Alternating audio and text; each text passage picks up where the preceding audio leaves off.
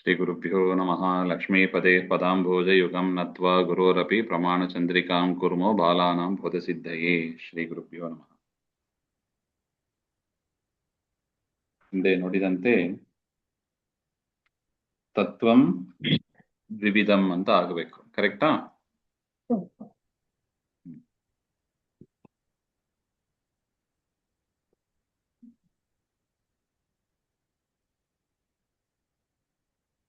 ಅದು ಒಂದು ವಾಕ್ಯ ಇದೆ, ನಾನು ಅಥಾಪಿ ಅಂತ ಒಂದಿದೆ. ನಾನು ಅಥಾಪ್ಯಭಾವೇ ಅತಿವ್ಯಾಪ್ತಿ ಸ್ಯಾತ್ ತಸ್ಯ ನಾಸ್ತಿ ಇತಿ ಪ್ರತೀಯಮಾನತ್ವೇನ ಅಸ್ತಿ ಇತಿ ಪ್ರಮಾವಿಷಯತ್ವಾಭಾವಾತ್ ಇತಿ ಚೇನ್ನ ಕದಾಚಿತ್ ಅಸ್ತಿ ಇತಿ ಪ್ರಮಾವಿಷಯತ್ವಸ್ಯ ವಿವಕ್ಷಿತತ್ವಾತ್ ಅನ್ಯಥಾ ಅನ್ಯಥಾ ಅತೀತಾದೌ ಅವ್ಯಾಪ್ತಿ ಆಪತ್ತೇಃ ಇತಿ ಆಸ್ತಾಂ ವಿಸ್ತರಃ. ಹಾಗೆ ಅಂತ ಅಂದ್ರೆ ಅಭಾವೇಪಿ ಅತಿವ್ಯಾಪ್ತಿ, ಅಭಾವ ಹಾಗೆಂದ್ರೆ ಇಲ್ಲದೆ ಇರೋದು ಅಂತ ಅರ್ಥ. ಯಾವುದು ಇಲ್ಲದೆ ಇರೋದು ಅದರಲ್ಲಿ ಕೂಡ ಅತಿವ್ಯಾಪ್ತಿ ಬರುತ್ತದೆ ಹಾಗೆ ಅಂತ ಒಂದು ಅಭಿಪ್ರಾಯ. ಅಭಾವೇ ಅತಿವ್ಯಾಪ್ತಿ ತಸ್ಯ ನಾಸ್ತಿ ಇತಿ ಅಂದ್ರೆ ಬೆಳ್ಳಿ ಇಲ್ಲ ಅಂತ ಇದೆ ನೋಡಿ.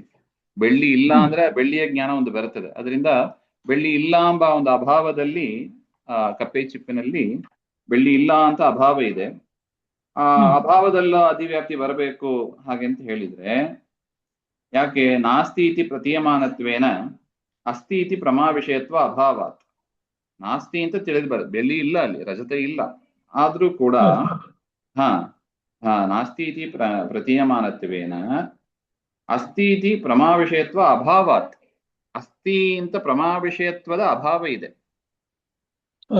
ಬೆಳ್ಳಿ ಇದೆ ಎನ್ನುವ ಪ್ರಮಾವಿಷಯತ್ವದ ಅಭಾವ ಇದೆ. ಅದರಿಂದ ಅಲ್ಲಿ ಅತಿವ್ಯಾಪ್ತಿ ಬರುತ್ತದಲ್ಲ, ಅಭಾವದ ಅಸ್ತಿತ್ವ ಇದೆ, ಅಭಾವದ ಅಸ್ತಿತ್ವ ಇದೆ, ಅದರಿಂದ ಅಲ್ಲಿ ಅತಿವ್ಯಾಪ್ತಿ ಬರ್ತದಲ್ಲ ಹಾಗೆ ಅಂತ ಹೇಳಿದ್ರೆ ಅದಕ್ಕೆ ಹೇಳ್ತಾ ಇದ್ದಾರೆ ಕದಾಚಿತ್ ಅಸ್ತಿ ಇತಿ ಪ್ರಮಾವಿಷಯತ್ವಸ್ಯ ವಿವಕ್ಷಿತತ್ವಾತ್. ಅಂದ್ರೆ ಹೌದು, ಕಪ್ಪೆ ಚಿಪ್ಪಿನಲ್ಲಿ ಬೆಳ್ಳಿ ಇಲ್ಲ, ಆದ್ರೆ ಯಾವಾಗ ಇಲ್ಲ? 3 ಕಾಲದಲ್ಲೂ ಇಲ್ಲ. ಕದಾಚಿದಪಿ ಅಂದ್ರೆ ನಾವು ಇದೆ ಅಂತ ಹೇಳೋದು ತತ್ವ ಅಂದ್ರೆ ನಾವು ನಮ್ಮ ವಿವಕ್ಷ ತತ್ವ ಅಂದ್ರೆ ಏನು ಅಂದ್ರೆ ಅದಾರು ಒಂದು ಕಾಲದಲ್ಲಾರು ಇರಬೇಕು, ಒಂದು ಕಾಲದಲ್ಲಾರು ಇರೋದನ್ನ ನಾವು ತತ್ವ ಅಂತ ಬೌಂಡ್ರಿ ಫಿಕ್ಸ್ ಮಾಡಿದ್ದೀವಿ. ತತ್ವ ಅಂದ್ರೆ ಇಷ್ಟು ಹಾಗೆ ಅಂತ. ಆದ್ರೆ ಶ್ರುತಿ ರಜತ ಅದು 3 ಕಾಲದಲ್ಲೂ ಇಲ್ಲ. ಹೌದು, ಯಾವಾಗಲೂ ಇಲ್ಲ.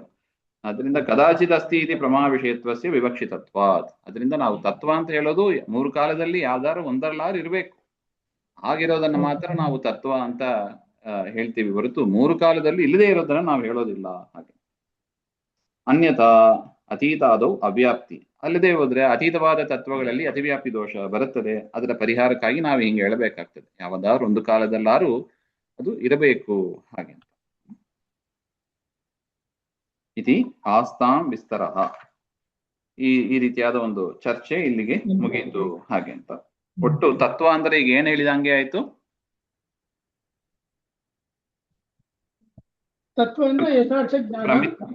ಪ್ರಮಿತಿ ವಿಷಯ ಅಂತ. ತತ್ವ ಪ್ರಮಿತಿ ವಿಷಯ ಅಂದ್ರೆ ತತ್ವ. ಅಷ್ಟು ಹೇಳಿದಂಗೆ ಆಯ್ತು.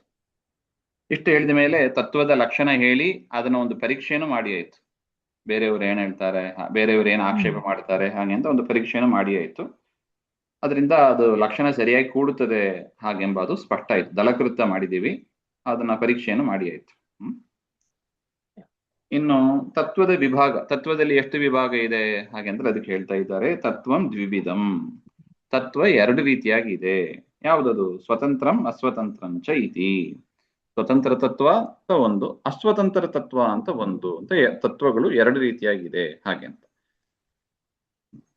ಸ್ಪಷ್ಟ ಇದಲ್ವಾ?